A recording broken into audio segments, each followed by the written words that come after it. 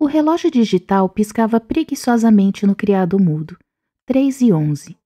Marina havia desistido de tentar dormir há pelo menos 1 hora. A insônia a visitava frequentemente, desde que se mudara para aquela casa vitoriana no final da Rua dos Cedros, mas nunca com a intensidade daquela noite. Sentada na poltrona junto à janela de seu quarto no segundo andar, observava a rua silenciosa, banhada pela luz prateada da lua cheia.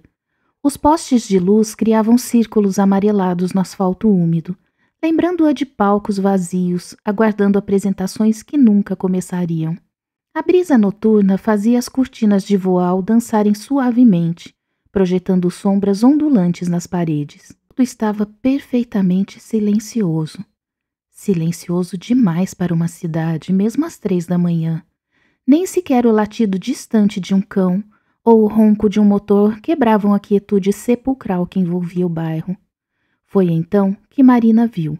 Do outro lado da rua, parado sob a sombra de um carvalho centenário, havia um homem, perfeitamente imóvel, olhando diretamente para sua janela.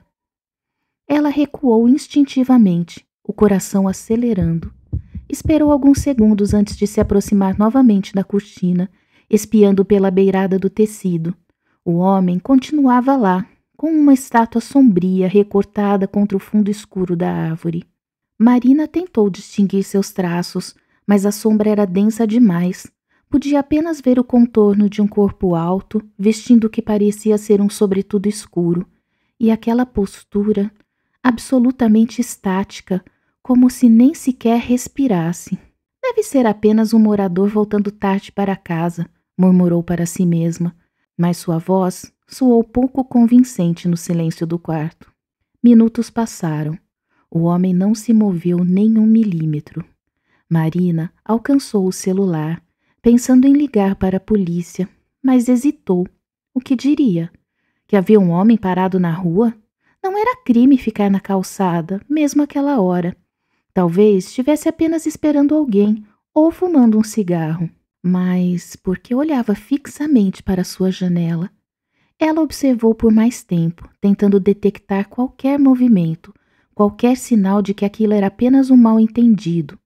O homem permanecia imóvel, como uma sentinela sombria. A lua se moveu ligeiramente atrás das nuvens, alterando os padrões de luz e sombra na rua, mas ele continuava lá, inalterado. 3h27. Marina começou a perceber detalhes perturbadores. O homem não estava apenas parado. Sua posição era deliberadamente teatral, como que se posasse para um retrato invisível. Os braços caídos ao lado do corpo de forma perfeita, a cabeça inclinada em um ângulo preciso para manter o olhar fixo em sua direção. Um calafrio percorreu sua espinha quando ela percebeu algo mais.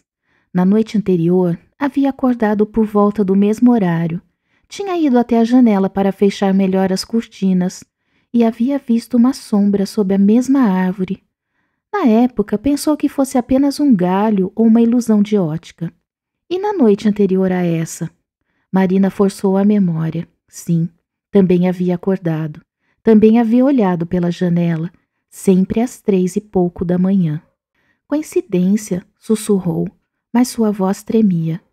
Decidiu fazer um teste. Saiu do quarto silenciosamente e desceu as escadas, dirigindo-se até a janela da sala, que oferecia uma visão lateral da rua. Dali, conseguiria ver o homem de um ângulo diferente. Ela espiou pelas cortinas da sala. A árvore estava claramente visível, mas vazia. Não havia ninguém lá. Marina sentiu o sangue gelar, correu de volta para o quarto, chegando à janela sem se preocupar em ser discreta. Olhou para baixo. O homem estava de volta, na mesma posição, como se nunca tivesse saído.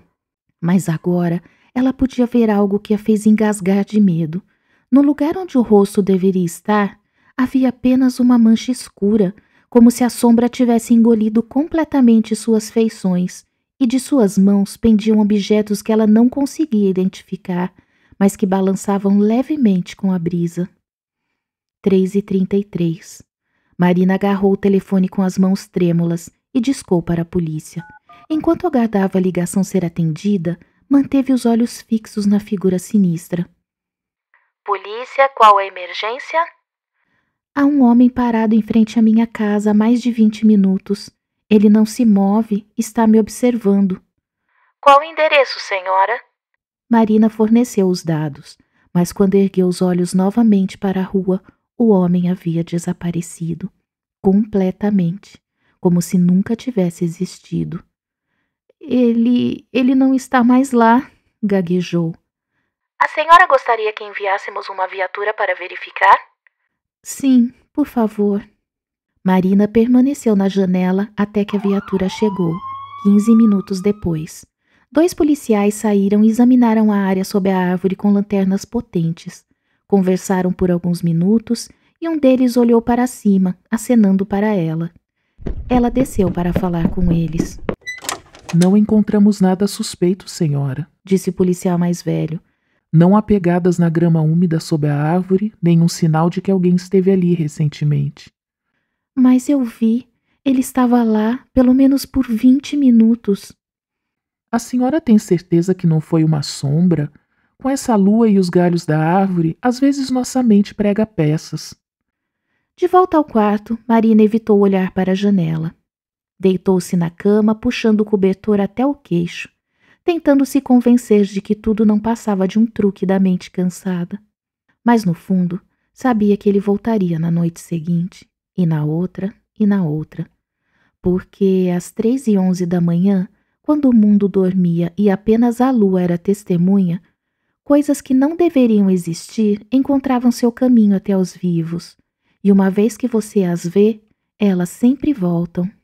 Sempre. Marina fechou os olhos, mas não conseguiu evitar o som que, quase imperceptível, vinha da rua.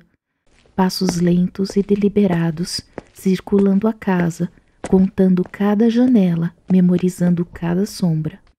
3h11 da manhã havia se tornado sua hora.